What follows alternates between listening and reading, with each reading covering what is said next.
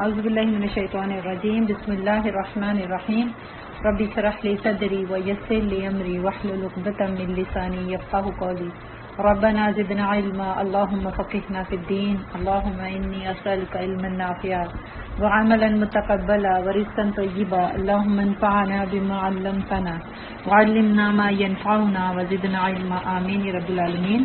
ہمارا یہ جو لیکچر ہے 1 گھنٹے کا ہے۔ اگر کسی سسٹر کو اس کے ریلیٹڈ کوئی بھی کوشچن کرنا ہے اس لیکچر کے ریلیٹڈ تو وہ نوٹ کر کے رکھے، لاسٹ میں انشاءاللہ 5 منٹ میں دوں گی تو اس کے جواب دینے کے لیے، ٹھیک ہے۔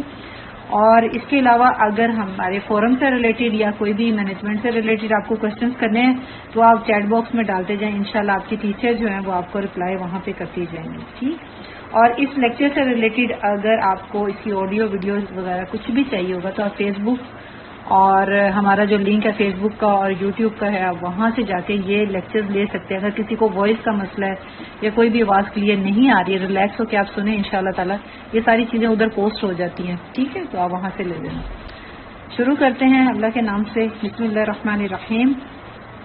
سورہ غاشیہ کی آج آپ نے تلاوت سنی ہے، جس کے اندر جیسے آپ نے ٹاپک بھی پڑھ لیا ہے کہ اس کے اندر وجوہ یومئذ ناعمہ، کچھ چہرے اس دن جو خوش ہوں گے، تر و تازہ ہوں گے، یہ قیامت کے دن کے ان انعام یافتہ لوگوں کے بارے میں ذکر کیا جا رہا ہے۔ آج ہم کچھ تھوڑا سا ان لوگوں کے بارے میں سمجھتے ہیں، یہ چہرے اس دن خوش کیسے ہوں گے، یہ کیا کام کیے ہیں، وہ دن کیسا تھا۔ اچھا، خوشی کا اظہار آج کل ہم جیسے اندازہ نہیں کر سکتے اس دن کیسی کنڈیشن ہوگی، اور اس دن ہنسنا یا خوش ہونا یا سکون ملنا یہ دنیا کی میرے خیال سے خزانوں سے بھی بڑھ کے وہ نعمت ہوگی جس کو آج ہم مس کر رہے ہیں اپنی چھوٹی چھوٹی غلطیوں اور کوتاہیوں کی وجہ سے۔ اس دن کو پہلے تھوڑا سا سمجھیں گے، پھر احساس ہوگا کہ ہم اس دن، اس کے لیے تو ضروری ہے نا کہ ہمیں قرآن کا ترجمہ بھی آتا ہو۔ یہ آیت جو پڑھی جا رہی تھی تو میرا خیال ہے کہ سب کو اس کا ترجمہ آ رہا ہوگا انشاءاللہ تعالی، جو خاص طور پہ اسٹوڈنٹس ہیں قرآن کے طالب علم ہیں ان کو تو ضرور آ رہا ہوگا۔ تو یہ وجوہ یومئذ ناعمہ کے پہلے ہم ذرا دنیا کی حقیقت سمجھ لیں کہ اس دن خوش ہونے کی کیا ریزن ہو سکتی ہے دنیا کے کمپیریزن میں۔ ان کو وہ دن کیوں اچھا لگ رہا ہے، ہمیں تو یہ دن اچھے لگتے ہیں، ہمیں تو دنیا اچھی لگتی ہے، دنیا میں رہنا اچھا لگتا ہے، دنیا کے کام اچھے لگتے ہیں، جبکہ یہ آخرت اللہ سبحانہ تعالیٰ کی نظر میں یا ہماری جو مومن کی نظر میں وہ بڑی چیز ہونی چاہیے تھی۔ ایک دفعہ صحابہ کرام جا رہے تھے نبی صلی اللہ علیہ وسلم کے ساتھ، اور راستے کے اندر جو ہے نا ایک گلی سڑی ہوئی جو بکری تھی وہاں پڑی ہوئی تھی، تو نبی صلی اللہ علیہ وسلم نے صحابہ سے پوچھا کہ کون ہے جو اس کو خریدنا چاہے گا۔ تو صحابہ حیران ہو گئے کہ یہ کیا اتنی گلی سڑی ہوئی بکری، مردار بکری کون لینا چاہے گا؟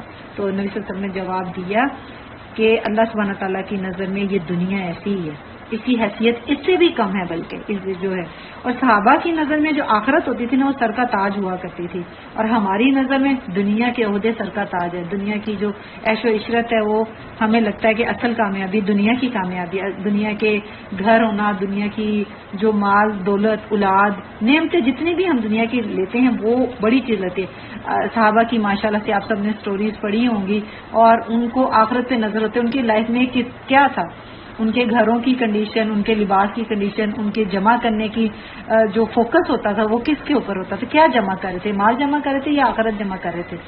تو وہ کیا ہم زیادہ سمجھدار ہیں، ہم اپنے آپ کو زیادہ عقل مند سمجھ رہے ہیں۔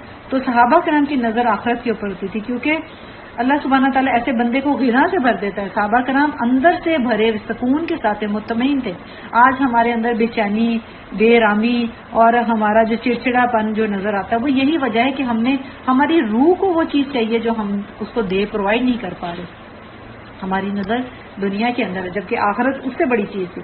آج کل کا انسان کیا کر رہا ہے، خوش کیسے ہوں گے؟ یہ عاملۃ ناصبہ، یہ جو آیت نمبر 3 ہے، وجوہ یومئذ خاشیہ، کچھ چہرے تو بالکل جھکے ہوئے، شرمندہ، بے نور، کالے، اور پتہ نہیں کیا کیا اس کی تفسیر میں بتایا جائے۔ عاملۃ الناصبہ، یہ جو کام کر کر کے تھکے ہوں گے۔ اب یہ کون سا تھکاوٹ ہے؟ یہ دنیا کی تھکاوٹ ہے۔ بازاروں میں جا کے دیکھ لے، گھروں میں خواتین کو دیکھ لیں، یا جاب کرنے والے مردوں کو دیکھ لے، پڑھنے والے بچوں کو دیکھ لے، یہ وہ ہے اور یا پھر ایک اور اس کی دوسرا میننگ بھی کر سکتے ہیں کہ یہ لوگ دین تو پڑھے ہیں مگر صحیح طریقے سے نہیں پڑھے، پریکٹس کر رہے ہیں مگر بدعات کے اوپر زیادہ تھک رہے ہیں. اب دیکھیں نا عید میلاد النبی دیکھیں یا کوئی اور ہمارے تسبیحوں کے جو دانے ہوتے ہیں جو ہم لوگ بوریوں کی بوریاں ختم کرتے ہیں یا ہمارے چلیسویں دیکھ، وہ بھی تو ایک تھکاوٹ ہے، اتنا ارینجمنٹ کرنا، یہ سب چیزیں کرنا.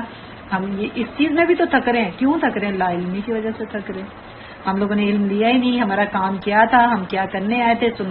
سنت کے مطابق زندگی گزارنے آئے تھے. تو ہمارے چہرے وہ نائمہ والی جو شکل کنڈیشن آنی تھی، اس کے لیے ہمیں ضرورت تھی کہ ہم کام کر کے جاتے. ہم لوگوں نے کیا کام کیا؟ عاملات ناصبہ، تھکاوٹ والا کام. تھک رہے ہیں. کچھ خواتین کو یہ خبط ہوتا ہے کہ وہ سارا دن صفائیوں پہ رہتی ہیں، اتنی کلیننگ، اتنا پرفیکشن کی لائف گزارنا چاہتی ہیں، انٹیریئر کے اندر اتنی کھوئی رہتی ہیں، کپڑوں کی ڈیزائننگ میں، بچوں کی اسٹڈی میں اتنی ان کو گریڈنگ کا دوڑ ہوتی ہے، اتنی پرفیکشن. تھکاوٹ تو وہ بھی ہے نا. اب ایسا تو نہیں کہ وہ نہیں تھک رہی، تھک تو وہ بھی رہی ہے. اب کیا ہوتا ہے تھکاوٹ؟ کس مقصد کیا ہے تھکاوٹ کا؟ دنیا. کچھ لوگ ہیں جن کی دنیا پہ نظر ہے، صبح ہوتی ہے ان کی آخرت کی کوئی فکر نہیں. ان کی صبح کیسی ہوتی ہے؟ نہ ان کے سارے ہم اور غم سارے دنیا کے، ان کی ساری فکریں دنیا کی، ان کے سارے غم دنیا کے، بچوں کا غم، مال کا غم، صحت کا غم. صحت بھی ہوتی ہے تو ڈاکٹر کے میڈیسن کے لیے جا کے وہ غم پالے ہوئے ہیں کہ جیسے دنیا میں کتنا جی لینا. تو وہ سارے غم دنیا تک رکھے ہوئے ہیں. فجر چھوڑ کے الارم کب کر لگتے ہیں؟ سب کے 7 o'clock. اکثر دیکھا ہوگا کہ مائیں وہ اگر بچوں کی اسکولنگ اگر 6 بجے اگر اسکول والے بلانا شروع کرے، مائیں 6 بجے بھی اٹھ جاتی ہیں، بچے بھی اٹھ جاتے ہیں. اگر وہ 5 بجے بلانا شروع کرے تو 5 بجے بھی اٹھ جاتی ہیں. تو یعنی ان کا کیا فوکس ہوتا ہے؟ مقصد کیا ہوتا ہے؟ اسکول، ایجوکیشن یا پھر دنیا. آخرت کی فکر تو نہیں ہے نا. یہ تو ہم تھکاوٹ آخرت کے لیے تو نہیں جاگ رہے. اور اگر کہہ دیا جائے کہ قرآن کلاس ہے فجر کے ٹائم پہ، قرآن کی تعلیم لینی ہے، اس ٹائم اٹھ جائیں تو پھر تو اتنی ساری رات کو نیند نہیں آتی، رات سو نہیں سکتے، بچے سونے نہیں دیتے، ایگزام چل رہے ہیں، یہ چل. یعنی کہ اس شخص کی فکر جو ہم اور غم ہے نا، وہ دنیا ہوتی ہے. خود کو خود اپنے اندر چیک کرتے رہے. اس کی فکر دنیا کمانے میں. اور اللہ تعالیٰ ایسے بندے کے ساتھ کیا معاملہ کرتا ہے؟ اللہ تعالیٰ اس کے کاموں کو بکھیر دیتا ہے. جو اللہ کے چھوڑ کے باقی. آپ کو کیا لگتا ہے ہمارے وقت میں برکت کہاں سے آتی ہے؟ اللہ سبحانہ تعالیٰ کی طرف سے آتی ہے. ہماری صحت میں، ہمارے مائنڈ میں، ہر طرح کی برکت اللہ سبحانہ تعالیٰ ڈالتے ہیں. تو ہمارے جو وقت میں برکت ہے وہ بھی اللہ کی طرف سے آتی ہے. تو جو بندہ الارم لگاتا ہے کہ میں صبح اتنے بجے کا الارم لگا کے یہ سارا دن کے دنیا کے کام کروں گا، تو وہ کام ہی کرتا رہ جاتا ہے. وہ کام اس کے اللہ سبحانہ تعالیٰ ایسے بکھیر دیتا ہے کہ وہ 3 دن کے کام جو ہوتے ہیں اس کے 10 دن میں کنورٹ ہو جاتے ہیں. کئی لوگ کہتے ہیں نا کہ ہم نے جانا ہے، ہم آئیں گے، پھر اگلے سال کورس کریں گے یا اگلی کورس میں آئیں گے، نیکسٹ منتھ آئیں گے. کیا ہوتا ہے کہ وہ نیکسٹ منتھ ہی نہیں ان کا آتا. تو کیوں نہیں وہ زندگی کے ساتھ چلنے دیتے؟ اپنا ہم اور غم پہلے یہ بنائیں کہ اللہ کیا وجہ ہو گئی کہ میرے وقت میں کیوں نہیں برکت آ رہی، کہ میں کیوں نہیں بیٹھ پا رہی، اپنے وقت کو مینج کیوں نہیں کر پا رہی، میرے سے کیا گناہ ہو گیا. یہ غم لگانا اصل میں فکر آخرت ہے. یہی وہ لوگ ہیں جن کے چہرے نائمہ ہوں گے، کیونکہ انہوں نے فکریں آخرت کی ڈالی نہیں ہے، دنیا کی فکر نہیں. دنیا کے کام اس نے اللہ کے سپرد کر دیں کہ اللہ تعالیٰ میرے کام کروا دے. کیا ہم دنیا سے چلے جائیں کہ ہمارے بچے نہیں پل جائیں گے؟ یا ہم نہ رہے تو کیا یہ سارے ان کی شادیاں نہیں ہوں گی، ان کے آگے خوشیوں کے دن نہیں ہوں گے، یا یہ پڑھیں گے نہیں، یا کچھ بھی بٹا جس کو ہم اپنے سر پہ رکھ کے کہتے ہیں کہ ہم ہی ہیں سارا کچھ کرنے والے، اور اسی کی فکریں ہم نے رکھی ہیں. کچھ بھی نہیں. ابھی آپ لوگوں نے واقعہ سنا نا، یہ سیلاب کا. یہ تو ٹاپک اس ٹائم ایسے ہے کہ جیسے دل پہ چوٹ لگانے والی بات ہے. تو کیا کتنی قومیں، اگر آپ ہسٹری کھول کے دیکھیں، ادھر آ جائیں تبوک کی سائڈ پہ چلے جائیں، تو آپ کو کیا تاریخی ایسی عمارتیں نظر نہیں آتی جنہوں نے کیا کیا عمارتیں بنا دی، مقبرے اتنے شاندار. وہ کہاں گئی وہ قومیں؟ آج سیلاب کے اندر یہ دنیا تباہ ہوگی تو کیا کل یہاں دنیا آباد نہیں ہوگی؟ پھر پانی ختم، پھر دنیا آ جائے گی. وہ لوگ جو چلے گئے وہ اپنے نامہ اعمال اپنے ساتھ لے کے چلے گئے. جو شہید ہو گئے اللہ تعالیٰ ان کی مغفرت کرے. جو باقی رہ گئے ہم جیسے لوگ، وہ ہمارے لیے سبق ہے کہ ہم کیا کدھر جا رہے ہیں. اللہ تعالیٰ جب کرنے پہ آتا ہے، کیسے وہ 5 لڑکے تھے کھڑے رہے امید پہ کہ شاید ہمیں کوئی مدد کے لیے آ جائے گا. تو ہم کہاں طاقت رکھتے ہیں؟ ہمارے اندر کیا اختیار ہے؟ وقت ان کے پاس اتنا ہی تھا. اور ہمارے لیے ہم کتنے مطمئن ہیں جو ہم دور کھڑے دیکھ رہے ہیں. تو یہ ہمارے لیے نصیحت ہے، سبق ہے. اللہ سبحانہ تعالیٰ جو اس کو دنیا چاہیے ہوتی ہے، اللہ تعالیٰ اس کو دنیا ہی دے دیتا ہے. اور دنیا بھی ختم ہو جانے والی چیز ہے جس کے لیے ہم اتنا فکر مند ہوتے. دیکھیں کیسے پل بھر میں علاقوں کے علاقے، شہروں کے شہر، گھروں کے گھر تباہ ہو. اور پھر وہاں پہ ایک دنیا آ جائے گی. آپ 10 سالوں میں 5 سال میں دیکھ لیں گے انشاءاللہ وہاں پہ پھر ایک دنیا آباد ہوگی, ایک نئی جنریشن ہوگی, ایک سب کچھ نیا چل رہا ہوگا, پھر وہی کچھ ہوگا. تو ہر کوئی اپنے ہاتھوں میں اپنا نام اعمال لے کے چل دے گا, آگے چلا جائے گا. مگر جس نے کمائی کی ہوگی اس کے لیے تو خیر ہی خیر ہوگی, جس نے خالی ہاتھ گیا ہوگا تو وہ پھر ان چہروں والے عاملۃ ناصبہ میں چلا جائے گا. ہم نے اپنے کمانے میں اپنی اچھا ایسے اللہ سبحانہ تعالیٰ جو ایسے لوگ ہوتے ہیں نا جن کو ٹائم نہیں ہے کہ نعرہ لگاتے پھرتے ہیں, اللہ سبحانہ تعالیٰ ان کی آنکھوں کے بیچ میں فقر اس کو لگا دیتے ہیں. جیسے فقر کیا ہوتا ہے, ان کو ہر ان کے دماغ کے اندر فکریں ہوتی ہیں, کمانے کی فکر, غربت کی فکر, یہ کیسے کماؤں, بل کیسے دوں, گروسری کیسے کروں, بچوں کی فیس کیسے دوں, یہ کیسے, ہر وقت اس کے مائنڈ, یہ جو اللہ سبحانہ تعالیٰ کی جو اگزامپل اس چیز کی دی کہ اس کے آنکھوں کے بیچ میں فقر لگا, اس کو ہر وقت یہی نظر آتا, اس کو سمجھ ہی نہیں آتی کہ میں کس مقصد کے لیے آیا تھا اور میں کیا کر رہا ہوں, دنیا کس لیے کما رہا. مگر دوسرا شخص جو توبہ بھی کرتا ہے, آخرت اس کا بڑا غم ہوتا ہے, قبر کی رات اس کے لیے سب سے بڑا اچیومنٹ ہوتی ہے کہ میں اس کے لیے, اس کے ساتھ سے دن رات میرے خیال سے اس کو بستر پہ نیند نہیں آتی کہ میں آج کا دن کیسے گزارا ہے, میں نے ایسا کون سا عمل کیا کہ جو میرا خاتمہ بال ایمان ہو جائے, میری قبر کی رات روشن ہو جائے. کیونکہ قبر میں تو صرف اور صرف قرآن ساتھ جائے گا, نامہ اعمال جائے گا, سب کچھ یہ سب کو پتہ ہے.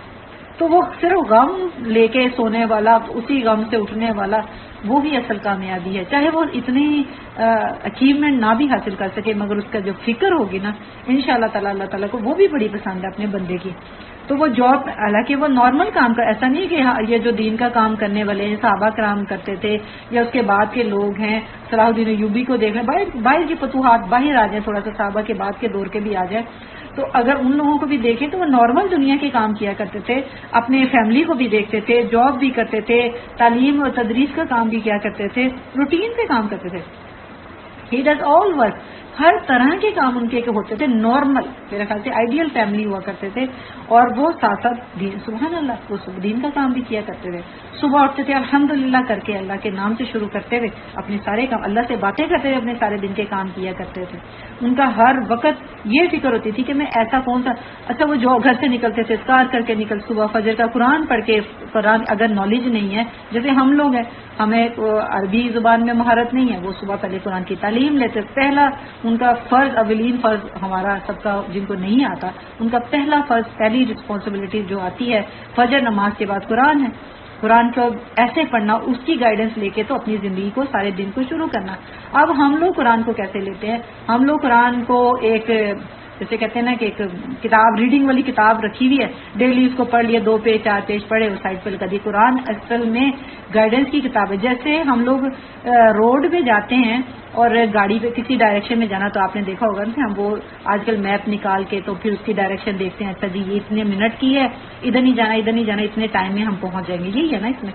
سیم قرآن اسی طرح سے صراط مستقیم, اس کے اندر سے ہمیں کھولنا ہے, روز دیکھنا ہے کون کون سے پوائنٹ ہیں, ہمیں کیا کیا کام زندگی کے اس کے ذریعے سے کرنے ہیں, اور پھر اس کے مطابق سارا دن اپنا جو ہے نا سنت کے طریقے سے, کیونکہ نبی صلی اللہ علیہ وسلم نے پریکٹیکل بھی کر کے دکھایا.